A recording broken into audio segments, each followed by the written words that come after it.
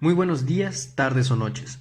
Mi nombre es Emilio Esquivel Ramírez, alumno del Instituto Politécnico Nacional, perteneciente a la Unidad Profesional Interdisciplinaria de Ingeniería Campus Guanajuato.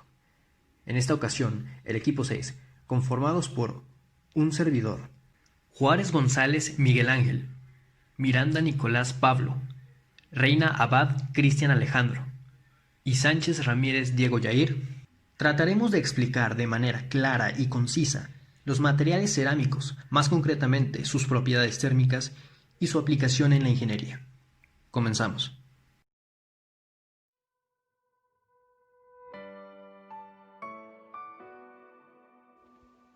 Muy buenas tardes. Mi nombre es Cristian Alejandro Reina Abad, alumno del UPIG Grupo 1 SB2, y mi propósito el día de hoy será hablarles de varios temas. Comenzando por el de propiedades térmicas de los materiales cerámicos, hablamos de un conjunto de características con las que cuentan los cerámicos y que en un todo generan las propiedades de dichos materiales. Algunas de estas propiedades son: la propiedad de aislante térmico. Los mejores materiales de aislamiento deben tener la más baja conductividad térmica, con el fin de reducir el coeficiente total de transmisión por calor. Por lo tanto, se requiere menos material aislante en aplicación. La propiedad de conductividad térmica. La conductividad térmica es una propiedad física de los materiales que mide la capacidad de conducción de calor. En otras palabras, la conductividad térmica es también la capacidad de una sustancia para transferir la energía cinética de sus moléculas a otras. En los sólidos metálicos, el calor, igual que la electricidad, es conducido por los electrones libres que se mueven en la red estructural del metal. En todos los sólidos, incluso los metálicos, el calor se conduce mediante la transmisión de energía vibratoria de los átomos adyacentes. Los sólidos no metálicos son aislantes por su baja conductividad térmica. Cuanto mayor sea la conductividad térmica, un material será mejor conductor de calor. Cuanto menor sea, el material será más aislante. Por ejemplo, el cobre tiene una conductividad de 380 vatios por Kelvin y metro, y es más de 10.000 veces mejor conductor de calor que el poliuretano, con un 0,035 vatios por Kelvin y metro. Durante la investigación, encontré varios temas que sin duda serán interesantes y muy importantes para la comprensión del tema como se debe. Por ejemplo, el coeficiente de dilatación. El coeficiente de dilatación o expansión térmica es el cociente que mide el cambio relativo de longitud o volumen que se produce cuando un cuerpo sólido o un fluido dentro de un recipiente cambia de temperatura provocando una dilatación. En mi experiencia, he visto este fenómeno al momento de introducir un rodamiento a un rotor en un motor eléctrico. Hay una herramienta llamada inductor que mediante el magnetismo logra calentar la pista interior del rodamiento a tal temperatura que esta pista interior hecha de metal se dilata lo suficiente para embonar como se debe en el rotor del motor. El choque térmico. El concepto de colapso térmico o choque térmico se refiere a la ruptura de algún material al sufrir un cambio drástico de temperatura. Sucede cuando un material sólido se quiebra al someterse a un aumento o descenso de la temperatura. De esto no se salvan los cerámicos, ya que, debido a los cambios drásticos de temperatura, son muy propensos a dañarse.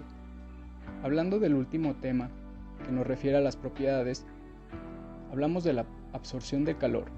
La capacidad de los materiales cerámicos para la absorción de calor es grandísima, gracias a su composición química y su baja conductividad térmica, lo que le permite soportar grandísimas temperaturas y absorberlas, o dispersarlas.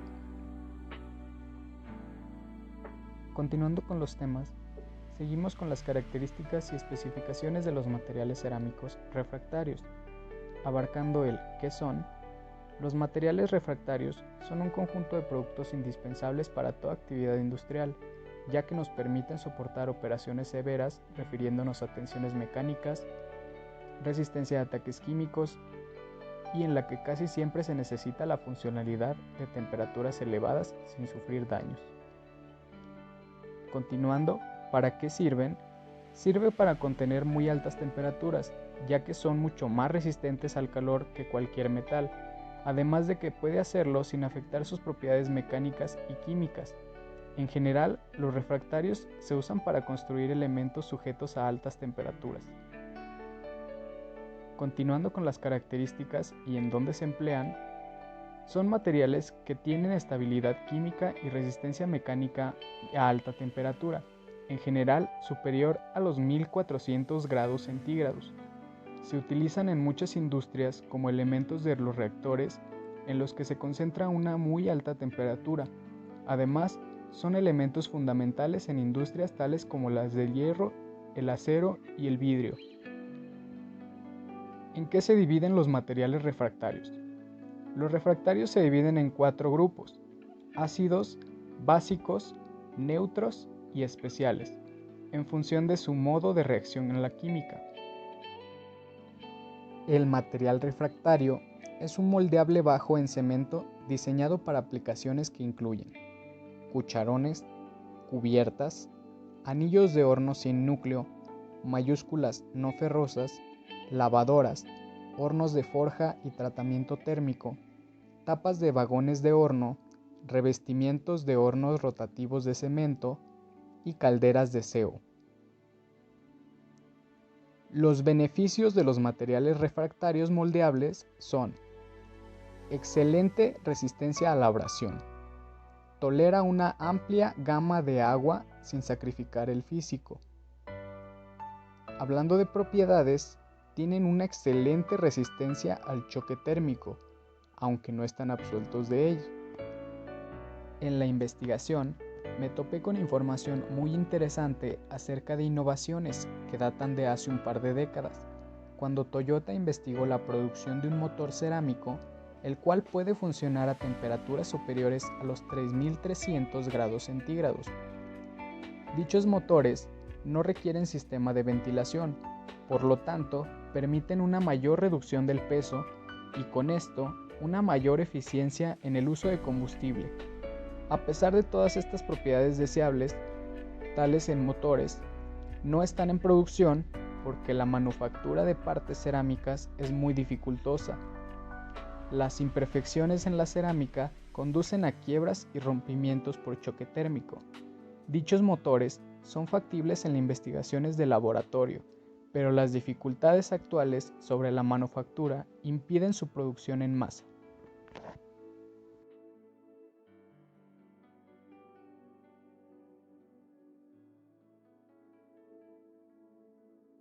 Aplicaciones en la ingeniería de materiales como nitruro de silicio. El nitruro de silicio es el material principalmente utilizado para los componentes en motores de última tecnología, diésel y de turbina de gas. La gama de piezas de cerámica potencialmente útiles incluye componentes estructurales, estáticos y los dinámicos como los rotores del turbo. El primer uso comercial de la cerámica del nitruro de silicio para los usos motores de los automóviles estaba en los calentadores para reducir los tiempos de encendido del motor para los motores del tipo diésel ligeros. Más recientemente, los calentadores de nitruro de silicio se han estado instalando en motores similares. Estos calentadores también reducen emisiones y ruidos del motor. Carburo de boro.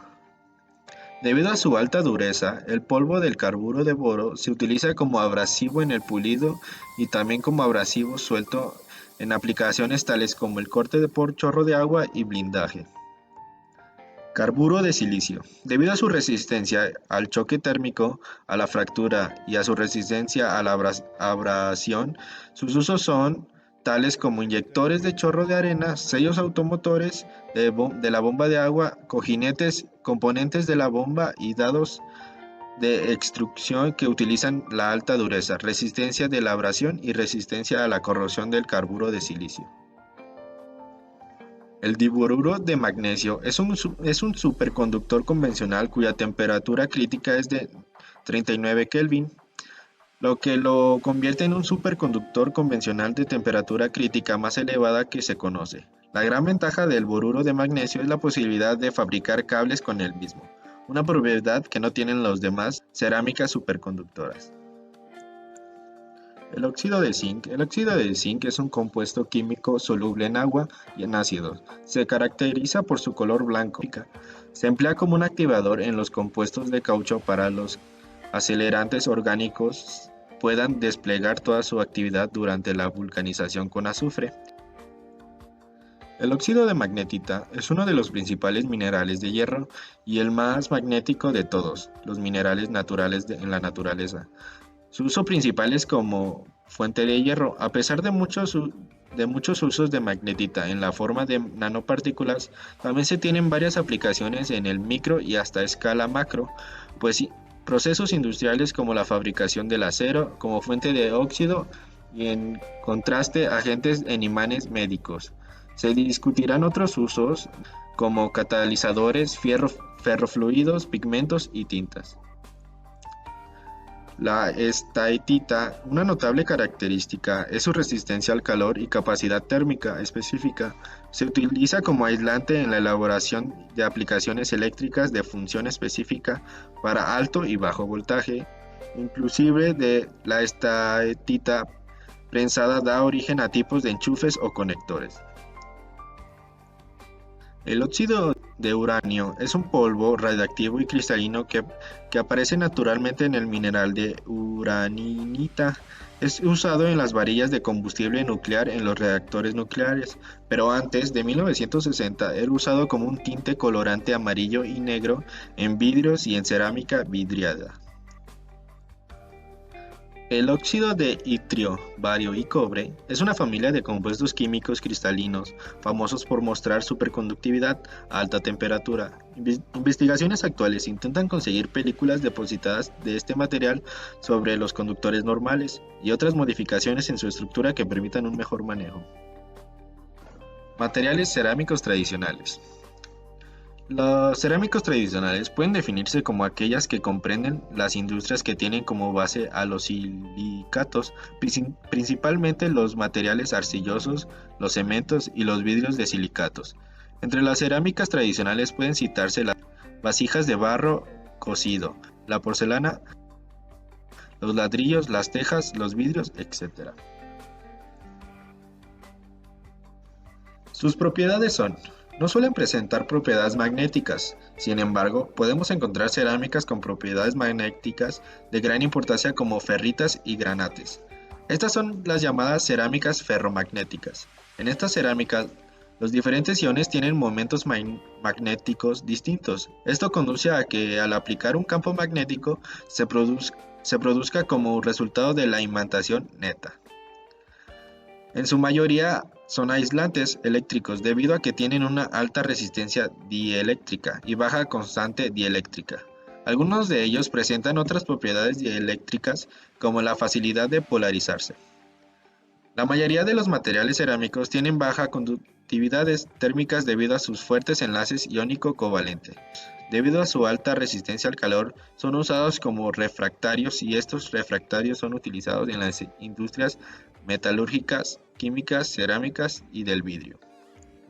Su estructura en la mayoría de los materiales cerámicos tradicionales presentan un tamaño de grano grueso y una alta porosidad, visible al microscopio óptico de no muchos aumentos. Usos de los materiales cerámicos en la ingeniería. En general, los materiales se pueden clasificar en dos grupos: materiales cerámicos tradicionales y materiales cerámicos de uso específico. Normalmente, los materiales cerámicos tradicionales están constituidos por tres componentes básicos: arcilla, sílice y feldespato. Ejemplos serían los ladrillos, la porcelana o las tejas de una casa. La cerámica que se usa en la ingeniería están constituidas por compuestos puros o casi puros tales como el óxido de aluminio, carburo de silicio, nitruro de silicio. Ejemplos son el carburo de silicio en las áreas de alta temperatura de la turbina del motor de gas y el óxido de aluminio en la base del soporte para los circuitos integrados de los chips. Estructuras cerámicas silicoaluminosas. Las masas básicas o silicoaluminosas secas o vaciables encuentran su uso principalmente en aplicación de distribuidor, en la industria acerera como capa de sacrificio, Se usa en vez de placa fría por encima de un hormigón denso. Vienen en diferentes composiciones químicas ajustándose a la composición del metal.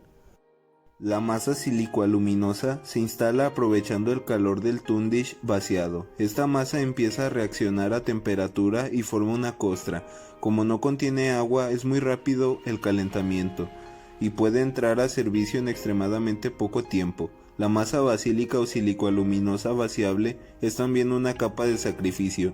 Como se aplica con agua, requiere de un buen secado. Es ideal para aplicaciones donde el tundish puede ser calentado con tiempo.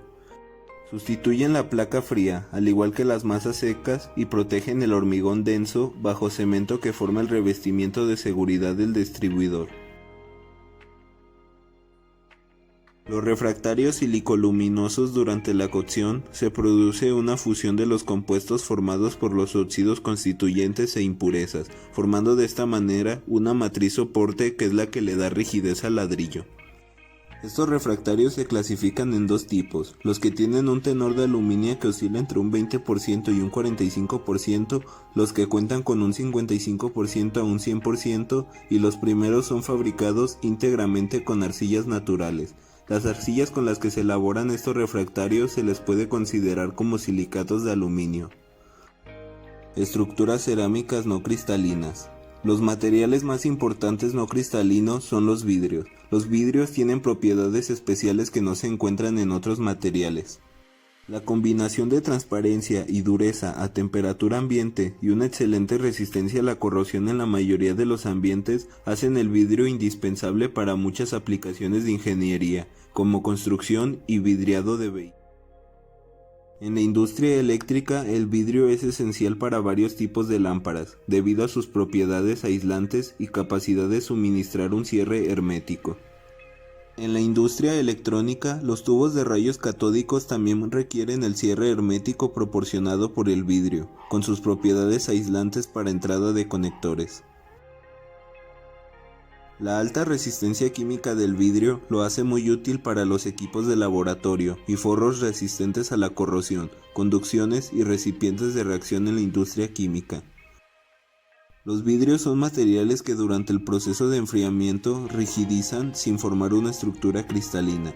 En cierta forma, el vidrio se asemeja a un líquido subenfriado. Una de las características que tiene es que es una estructura no cristalina o amorfa, en la que los átomos que la constituyen no están colocados en un orden repetitivo de largo alcance, como existe en un sólido cristalino. En un vidrio, la estructura de corto alcance cambia su orientación de manera aleatoria en todo el sólido. El comportamiento durante la solidificación de un vidrio es diferente al de los materiales y materiales cristalinos, al contrario que un sólido cristalino que presenta una temperatura de fusión a la cual realiza la solidificación. El material no cristalino se vuelve más viscoso a medida que la temperatura va disminuyendo, transformándose desde un estado plástico, blando y elástico a un estado vítreo, quebradizo y rígido, en un intervalo reducido de temperaturas, donde la pendiente de la curva del volumen específico frente a la temperatura es marcadamente decreciente. No ajusten su televisor. Lo que están viendo ahora, en teoría, tiene que ser difícil de ver. Aquí, en Así se hace, nuestro trabajo consiste en explorar los objetos cotidianos que nos rodean y averiguar cómo se hacen. Pero empecemos por dejar algo muy claro. La fabricación del vidrio es cualquier cosa menos sencilla.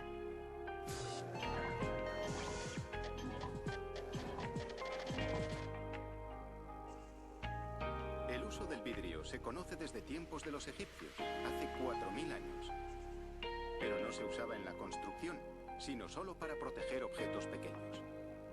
Más adelante, los romanos serían los maestros en la fabricación del vidrio y sus métodos se usarían hasta el siglo XVIII. Pero a finales del siglo XIX, el vidrio dejó de ser un objeto de lujo para convertirse en un material de construcción tan común como el acero y el hormigón.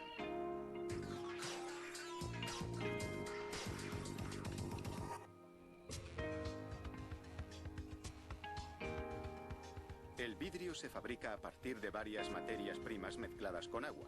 Estas materias son arena silícica, carbonato sódico, dolomita, piedra caliza, nefelina sienita y sulfato sódico.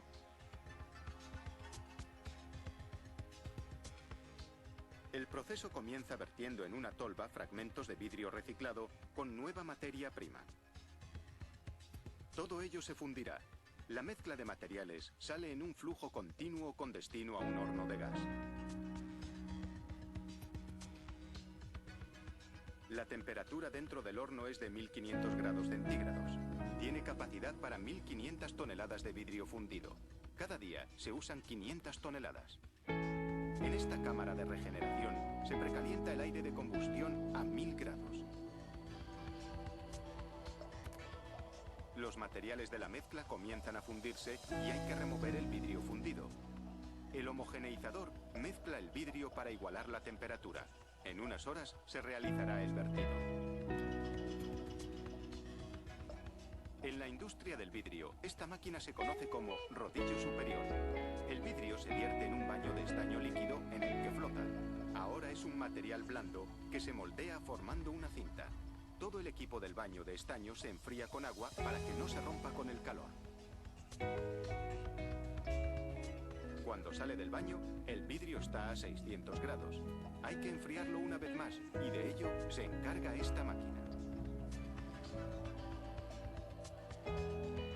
Esta enorme cinta de vidrio mide 3,3 metros de ancho.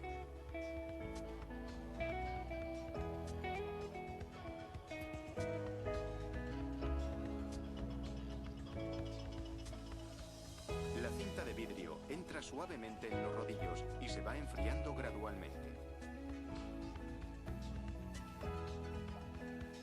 El vidrio aún está blando. Las marcas que vemos son las huellas que deja el rodillo superior. El vidrio debe tener un grosor uniforme y este escáner láser lo mide con una precisión de centésimas de milímetro. El vidrio ya está bien duro. El siguiente paso es cortarlo. Este rodillo ultraduro de canguro de wolframio hace una muesca longitudinal antes del corte. Después se hacen las muescas transversales según las dimensiones pedidas por los clientes. El vidrio, ya precortado, se separa fácilmente.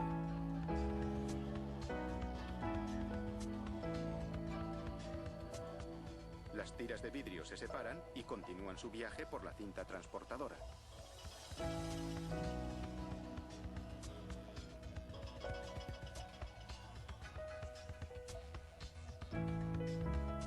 Estos rodillos cortan los bordes de la cinta de vidrio. El vidrio sobrante cae en un recipiente. Posteriormente, se reciclará.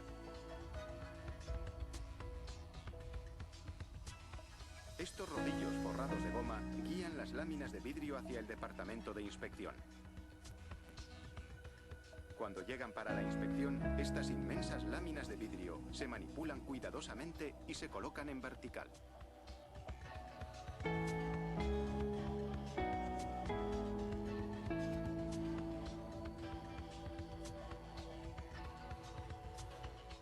El vidrio se inspecciona con lámparas fluorescentes en busca de defectos. Una vez inspeccionadas, las láminas se trasladan una a una y se almacenan en vertical.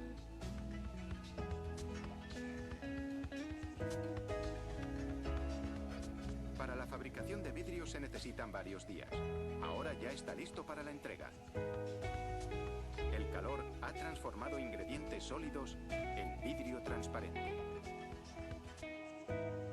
Porcelanas. Creada en China durante la dinastía Tang, a partir de un proceso de cocción de dos minerales, feldespato y caolín. Este procedimiento sufrió algunas alteraciones a lo largo de los siglos. Actualmente la pasta de porcelana está formada por caolín, feldespato, cuarzo y arcilla. La porcelana tiene un elevado nivel de resistencia mecánica, baja porosidad, inocuidad, tacto suave y belleza. Se trata de un producto único, por lo que es importante conocer las diferencias en relación con los demás materiales cerámicos. Porcelana de cuarzo o dióxido de silicio. Cuando existe una proporción mayor de dióxido de silicio en la mezcla. Porcelana de alumina o aluminosa. es cuando existe una proporción mayor de alumina en la mezcla. La porcelana luminosa es la forma más superior de las dos y posee mayor resistencia que la porcelana de cuarzo, pero es más costosa. Ambas formas se utilizan extensamente en la industria eléctrica. La porcelana luminosa también sigue utilizándose comúnmente para hacer componentes técnicos de formas simples y puede vidriarse fácilmente si es necesario. Algunas características de la porcelana son buenas propiedades de aislamiento eléctrico, incluso a alta tensión, alta resistencia mecánica, buena resistencia química y un uso a altas temperaturas. Esta posee una fuerza dieléctrica y resistencia altas y una gran resistencia a la corrosión y al envejecimiento, así como una resistencia a altas temperaturas de hasta 1000 grados Celsius y ataques químicos de diversas sustancias. La porcelana se usa para hacer loza, objetos para la cocina, piezas para el cuarto de baño y obras de arte. Su resistencia a la electricidad la convierte en un excelente material aislante. También se usa en odontología para hacer dientes postizos. La porcelana a veces se conoce como China por el país que la inventó hace más de 1200 años. Esta empresa fabrica 40 objetos de porcelana diferentes. Todo comienza con un boceto de la pieza, en este caso una tetera. Se crea un molde maestro de la pieza, un negativo hecho de escayola. Los artesanos lo usan para hacer el molde de producción. La porcelana nace en forma de polvo, con una mezcla de 3 minerales: cuarzo, caolín y feldespato. Este polvo se mezcla con agua para hacer una pasta húmeda. Se llena el molde con la pasta. En 10 minutos más o menos, la escayola, como es porosa, absorbe el agua, dejando una corteza de pasta endurecida. El resto se vacía. Tras otros 30 minutos, la corteza se ha endurecido más y puede retirarse del molde para echar un primer vistazo a la tetera.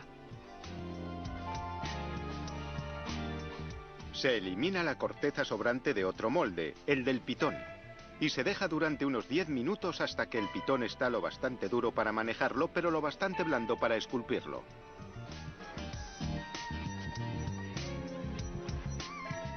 Con una cuchilla se abre el extremo del pitón.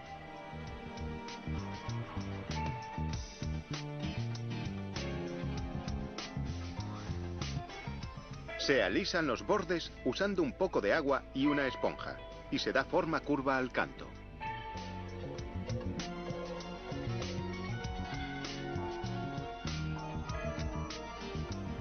A continuación de un tercer molde se extrae el asa. Después se hacen 12 orificios en el lado de la tetera donde va el pitón para filtrar las hojas de té al servirlo. Con un cepillo se aplica un poco de pasta para unir el pitón y el asa. Este modelo tiene una cuña en el cuello para ayudar a alinear el asa correctamente. Otros diseños tienen pequeñas muescas. Con un pincel se aplica más pasta para asegurarse de que las piezas se unen. Después se limpia con una esponja la superficie circundante para alisar las gotas. La pieza se seca durante 2 días más y después se tallan las líneas en el mango y bajo el pitón y se lija el borde. Algunas piezas se fabrican con un sistema de moldes de presión que se hacen con resina y con unas pequeñas bolas de poliéster que crean poros que absorben el agua dentro de la pasta. Una vez que la prensa hidráulica cierra el molde, la máquina inyecta pasta en la cavidad. 12 minutos después, un artesano usa una placa de succión para retirar lo que se convertirá en una bandeja. Coloca la pieza sobre un bloque de escayola. La escayola es porosa y permite que la parte inferior se seque sin dejar marcas. Las piezas se cuecen en un horno gigante que se va calentando gradualmente. Tarda 8 horas en alcanzar unos abrasadores 1000 grados. Y 12 horas más en enfriarse. El fuego endurece la porcelana, que de ese modo absorbe mejor una capa de esmalte.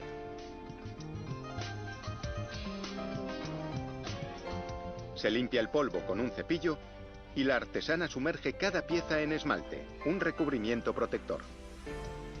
La porcelana lo absorbe de inmediato y este vidriado se convierte en un acabado brillante cuando las piezas pasan de nuevo por el fuego.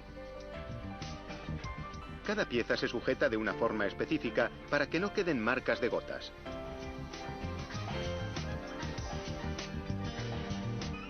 En el segundo paso por el fuego se controla cuidadosamente el aire del horno para producir una porcelana de un blanco puro. Reduciendo el nivel de oxígeno, se eliminan los colores no deseados. Esta vez la temperatura es incluso más alta, 1400 grados. Las piezas menguan aproximadamente un 15%. Tras el control de calidad, se añade el logotipo de la empresa. La calcomanía se funde con la pieza cuando la bandeja vuelve a entrar en el horno durante otras 12 horas a 850 grados. Al final, la porcelana es lo bastante traslúcida como para que la luz brille a través de ella. Otras piezas tienen diseños más decorados, buscando que la cena sea toda una experiencia.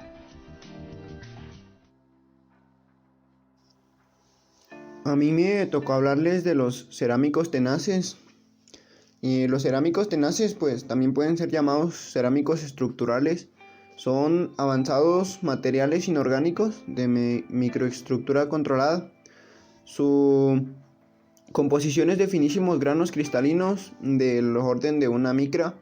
Pueden ser obtenidos por purificación de materias primas naturales o sintéticas y con la capacidad de soportar una tensión mecánica significativa. Pues como toda cerámica, están conformados por compuestos inorgánicos y por compuestos no metálicos. A menudo son mezclas de varios componentes o materiales de fase múltiple que tienen estructuras cristalinas complejas y son diseñados para soportar niveles sustancialmente más altos de tensión mecánica y térmica. La mayoría de la cerámica estructural avanzada se basa en cerámicos tenaces ya inventados o ya preconstruidos, como pues los mencionaré al final de la presentación, al menos de mi parte. Y se basan en nitruro de silicio, en el carburo de silicio, en la zirconia, en la alumina, además de materiales como diborato de titanio, nitruro de aluminio, oxinitrato de aluminio de silicio y algunos otros carburos y nitruros. ¿Cómo se procesan? Pues en general existen diversos tipos de métodos de procesamiento para este tipo de materiales. Sin embargo, pues existen dos que son los más utilizados, como lo son el método de compresión isotática en caliente, o también llamado HIP, o el método de compresión isotática en frío, o también llamado CIP. La alumina es un material que se utiliza en recipientes contenedores de metal fundido o para operaciones a alta temperatura, aislante para soporte de circuitos integrados, bujías, blindajes, restauración de dientes, relleno de huesos o implantes ortopédicos. Este material pues se usa como en las industrias de la metalurgia para hacer las aleaciones de los metales, como por ejemplo donde se llevan a altas temperaturas para hacer la fundición. Los recipientes son de alumina, debido a que es uno de los cerámicos tenaces con más alto punto de fusión que se tienen hasta la actualidad. El carburo de boro es muy duro y aún así extraordinariamente ligero. Además de su utilización como blindaje nuclear, encuentra uso en aplicaciones que requieren excelente resistencia a la abrasión, como parte en placas blindadas. A continuación les voy a hablar de los dos tipos de fabricación de los cerámicos tenaces. El primero es compresión isotática en caliente, que es un proceso de conformación de materiales a partir de polvos, utilizado para obtener sólidos con mejores propiedades, como ya lo mencioné. El proceso de prensado isotático en caliente somete a un componente a la vez a elevadas temperaturas y presión de gas isotática en un recipiente contenedor de alta presión. El gas de presurización más utilizado es el argón. Se utiliza un gas inerte de manera que el material no reaccione químicamente. La cámara se calienta haciendo que la presión dentro del recipiente aumente mucho. Muchos sistemas emplean bombeo del gas asociado para lograr el nivel de presión necesaria. La presión se aplica a la materia por igual en todas las direcciones, de ahí el térmico isostático. Este proceso se utiliza para obtener piezas de formas complejas con propiedades uniformes e isotópicas. Es una variación de la sintonización con la ventaja de que se obtienen los sólidos con una mayor densidad, microestructura más uniforme, puros más pequeños y un acabado final que se requiera.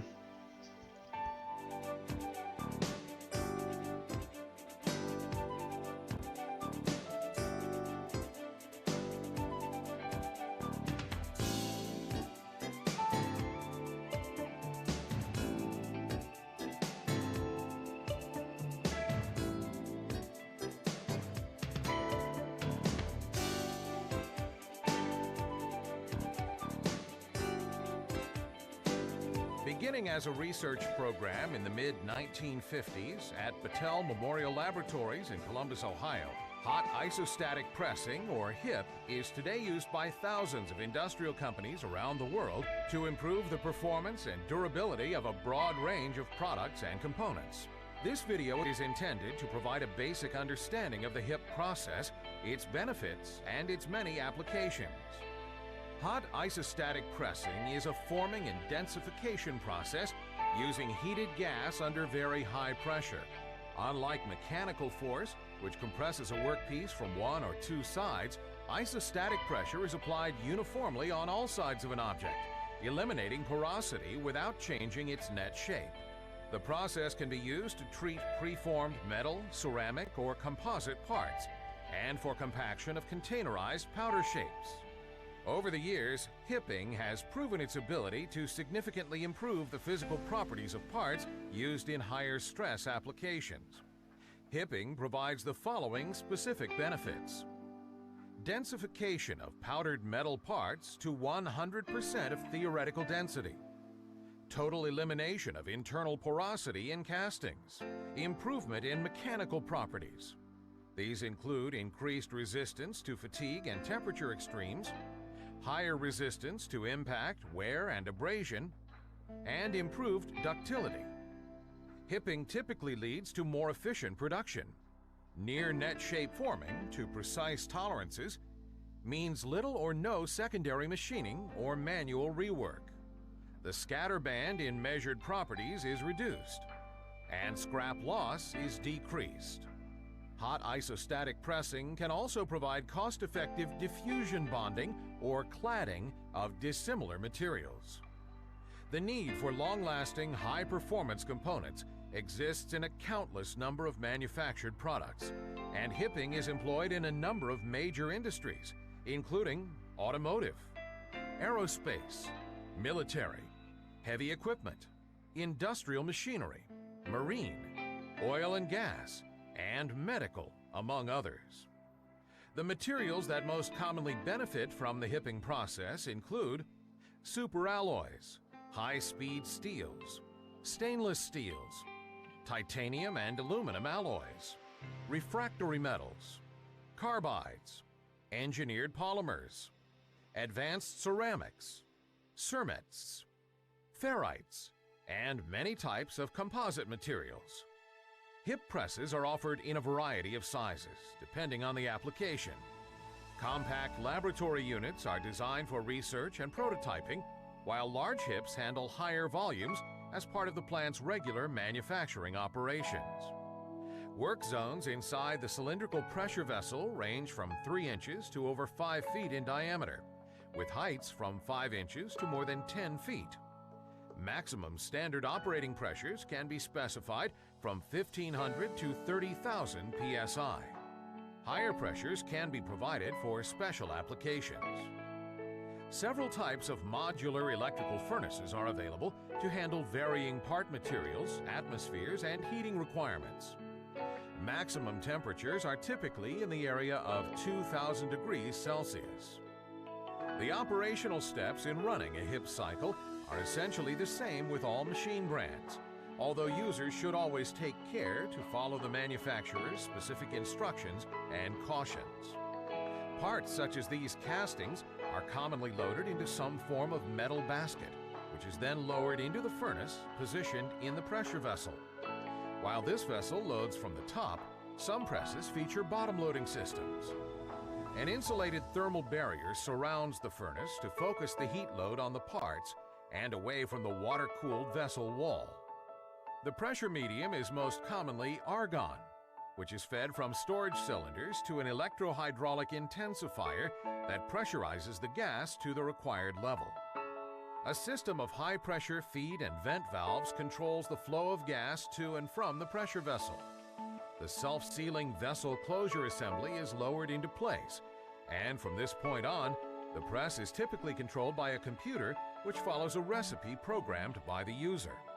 The program determines pressure and temperature ramp-up, the preset soak time, depressurization, and cool down.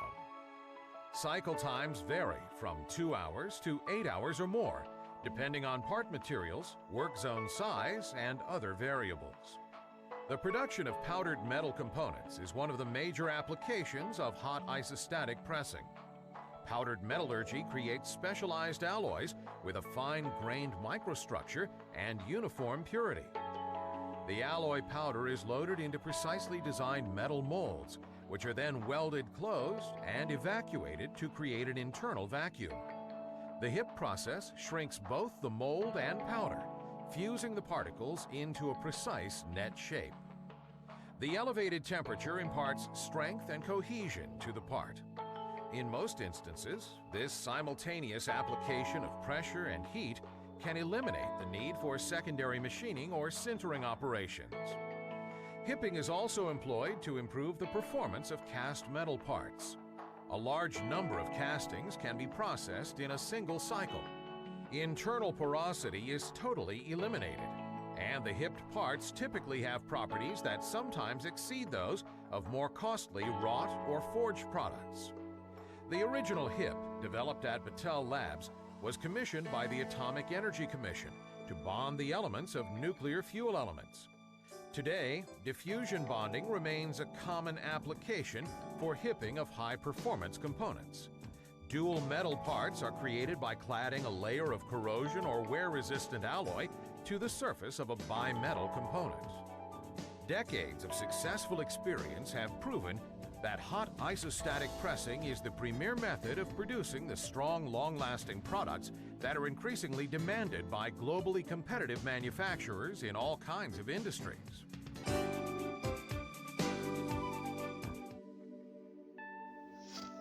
La otra forma de procesar los cerámicos tenaces es por la compresión isostática en frío.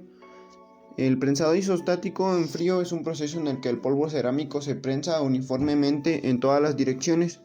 El granulado se introduce en un molde flexible de goma. Una vez lleno, el molde se coloca en un líquido que transmite la presión hasta 4000 bares de manera uniforme a todos los puntos y en todas las direcciones.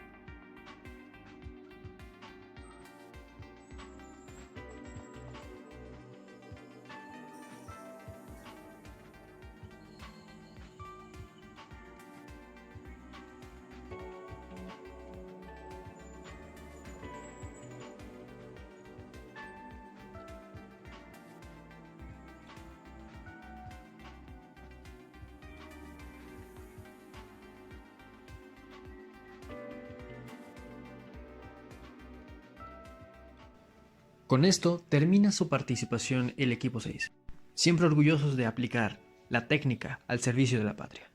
Muchas gracias.